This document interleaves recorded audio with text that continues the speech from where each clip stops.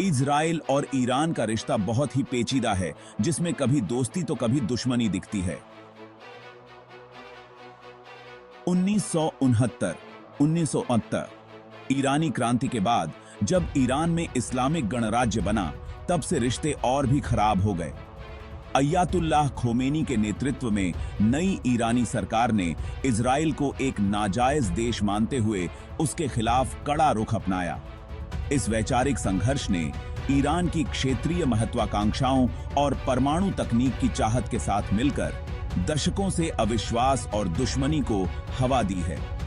छद्म युद्ध, जासूसी और लगातार जुबानी जंग इस अस्थिर रिश्ते की पहचान बन गए हैं।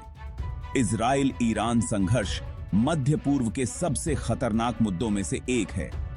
यह ऐतिहासिक शिकायतों, धार्मिक मतभेदों और क्षेत्रीय प्रभुत्व की लड़ाई से भड़का हुआ टकराव है। मौजूदा हालात की गंभीरता को समझने के लिए इस जटिल इतिहास को समझना बहुत जरूरी है। इजराइल ईरान संघर्ष के केंद्र में ईरान का परमाणु कार्यक्रम है। इजराइल ईरान की परमाणु महत्वाकांक्षाओं को अपने अस्तित्व के लिए खतरा मानता है। उसे डर है कि अगर ईरान के पास परमाणु हथियार हुए तो उसकी आक्रामकता बढ़ेगी और पूरा क्षेत्र अस्थिर हो जाएगा। ईरान का कहना है कि उसका परमाणु कार्यक्रम शांतिपूर्ण उद्देश्यों के लिए है, लेकिन पारदर्शिता की कमी और गुप्त परमाणु गतिविधियों के इतिहास ने दुनिया भर में संदेह पैदा किया है।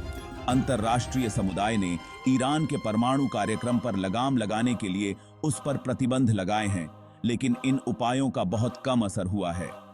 दोनों देशों के बीच संबंधों को सामान्य बनाने की किसी भी कोशिश में ईरान की परमाणु महत्वाकांक्षाएं एक बड़ी बाधा बनी हुई हैं।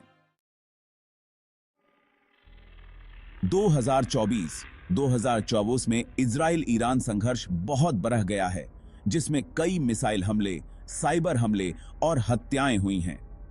ईरान ने गोलान हाइट्स में इजरायली सैन्य ठिकानों पर बैलिस्टिक मिसाइलों से हमला किया, जिससे भारी नुकसान तो हुआ, लेकिन कोई हताहत नहीं हुआ। जवाब में इजराइल ने सीरिया में ईरानी ठिकानों पर हवाई हमले किए, जिससे तनाव और भड़क गया। इस संघर्ष में एक और परत जुड़ गई है। दोनों देश परिष्कृत साइबर युद्ध अभियानों में शामिल हैं।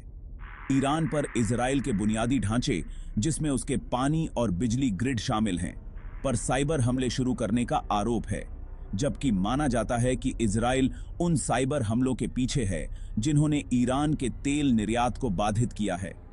इस बढ़ते संघर्ष ने एक व्यापक क्षेत्रीय संघर्ष की आशंकाओं को बढ़ा दिया है। तेजी से परिष्कृत हथियारों के इस्तेमाल और गैर राज्य तत्वों की भागीदारी ने स्थिति को और भी अस्थिर और अप्रत्याशित बना दिया है। अंतर्राष्ट्रीय समुदाय ने संयम बरतने का आह्वान किया है, लेकिन तनाव कम करने के लिए मध्यस्थता के उसके प्रयास असफल रहे हैं। भाग 4, वैश्विक कंपन, आर्थिक झटके और एक बढ़ता हुआ शरणार्थी संकट। इजराइल ईरान संघर्ष ने वैश्विक अर्थव्यवस्था को हिलाकर रख दिया है। होर्मुज जलडमरू मध्य एक ज्वलंत मुद्दा बन गया है, जहां ईरान ने जलडमरू मध्य को बंद करने की धमकी दी है। इससे तेल की कीमतों में उछाल आया है, जिससे वैश्विक आर्थिक सुधार के पटरी से उतरने का खतरा है। इस संघर्ष ने शरणार्थी संकट को और बढ़ा दिया है। सीरिया में लाखों लोग विस्थापित हो गए हैं, जिससे एक मानवीय तबाही पैदा हो गई है। शरणार्थियों की आमद ने संसाधनों पर दबाव डाला है और सामाजिक तनावों को हवा दी है, जिससे इस क्षेत्र को और अस्थिरता की ओर धकेला है। भाग 5, दुनिया की प्रतिक्रिया, संयम और राजनयिक समाधान का आह्वान। अंतर्राष्ट्रीय समुदाय ने इजराइल ईरान संघर्ष पर चिंता व्यक्त की है और दोनों पक्षों से संयम बरतने का आग्रह किया है। संयुक्त राष्ट्र सुरक्षा परिषद ने स्थिति पर चर्चा के लिए आपात बैठकें की हैं, लेकिन युद्ध विराम के प्रयासों को प्रतिरोध का सामना करना पड़ा है। अमेरिका ने ईरान की कार्रवाइयों की निंदा की है और तनाव को कम करने का आह्वान किया है। यूरोपीय शक्तियों ने भी राजनयिक समाधान की आवश्यकता पर बल दिया है। रूस और चीन ने अंतर्राष्ट्रीय कानून का पालन करने का आह्वान किया है। संयम बरतने के आह्वानों के बावजूद स्थिति अस्थिर बनी हुई। अगर आपकी न्यूज फीड युद्ध के मैदान जैसी दिखती है तो समझ लीजिए आप पूरी जानकारी रखते हैं।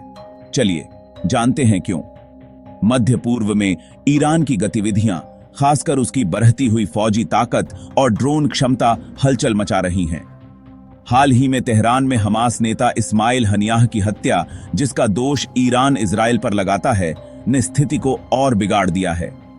ईरान के जवाबी हमले की धमकियों और हिजबुल्लाह के बदले के वादों ने पूरे क्षेत्र को युद्ध के कगार पर ला खड़ा किया है। अमेरिका अपनी फौजी उपस्थिति बढ़ा रहा है, वहीं इजराइल और लेबनान इसके संभावित नतीजों से निपटने की तैयारी कर रहे हैं। डर और अनिश्चितता के इस माहौल में आम नागरिक फंस गए हैं।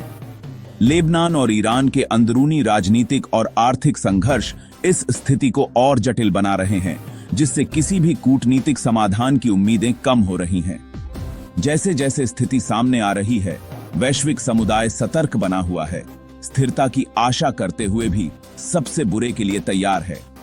जानकारी रखें, सुरक्षित रहें और याद रखें, ज्ञान ही शक्ति है। अगर आपको यह जानकारी उपयोगी लगी तो लाइक बटन दबाएं, वीडियो शेयर करें और अधिक अपडेट्स के लिए सब्सक्राइब करना न भूलें।